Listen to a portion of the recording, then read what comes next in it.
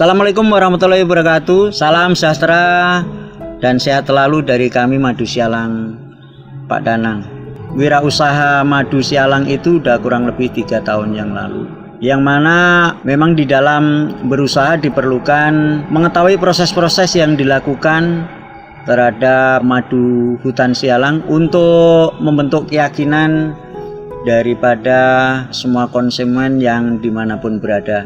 Pernik-pernik madu diantaranya adalah pengelolaan batang. Jadi batang tetap harus dijaga dengan harapan mengetahui sampai sejauh mana kegiatan daripada lebah hutan sialang.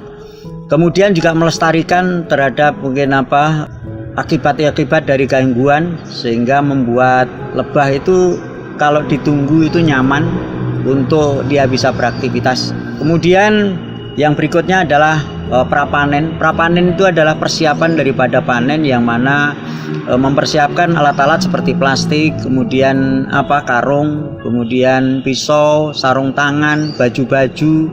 Safety harus kita lakukan. Dan berikut, kalau persiapan daripada alat sarana prasarana sudah, kita mengarah kepada pelaksanaan panen.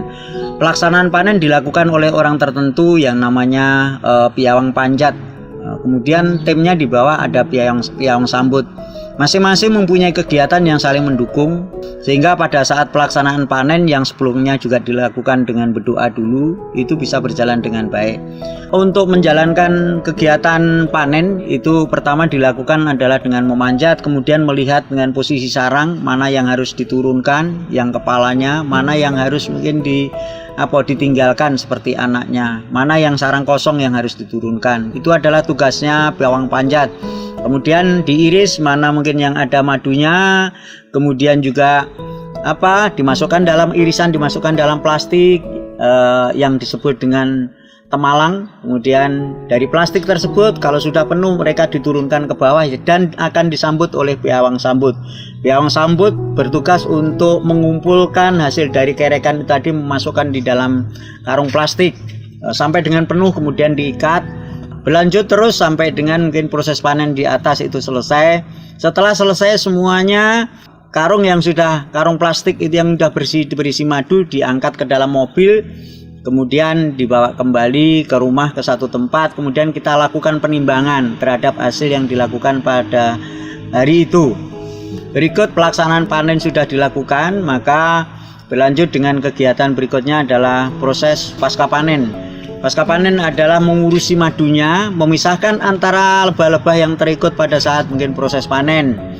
Itu dipisah-pisah, dicutik-cutik, kemudian setelah bersih itu akan terpisah nantinya. Ada 2 wujud, yaitu wujud sarang, yang nantinya sarang ini nanti kita iris-iris, kita tiris supaya madu yang ada di dalam kantong sarang lebah itu bisa turun ke dalam ember dengan sendirinya tanpa diperas. Kalau diperas itu strukturnya akan berbeda, rasanya pun akan berbeda. Jadi memang ciri khas karakter madu hutan sialang Pak Danang dilakukan dengan penirisan. Setelah itu madunya disaring, kemudian dimasukkan botol, kemudian sarangnya diiris-iris, kemudian setelah selesai maka dia akan dibuat lilin. Lanjut berikutnya adalah packing. Jadi packing kita lakukan. Kemudian setelah semua sesi itu sudah, harapan saya bahwa madu hutan sialang bisa dimanapun mungkin tersampaikan kepada konsumennya. Pak Danang, aku kenal Pak Danang ini. Dia sekarang produksi madu sialang asal dari Musi Banyuasin, Bayung Lencir.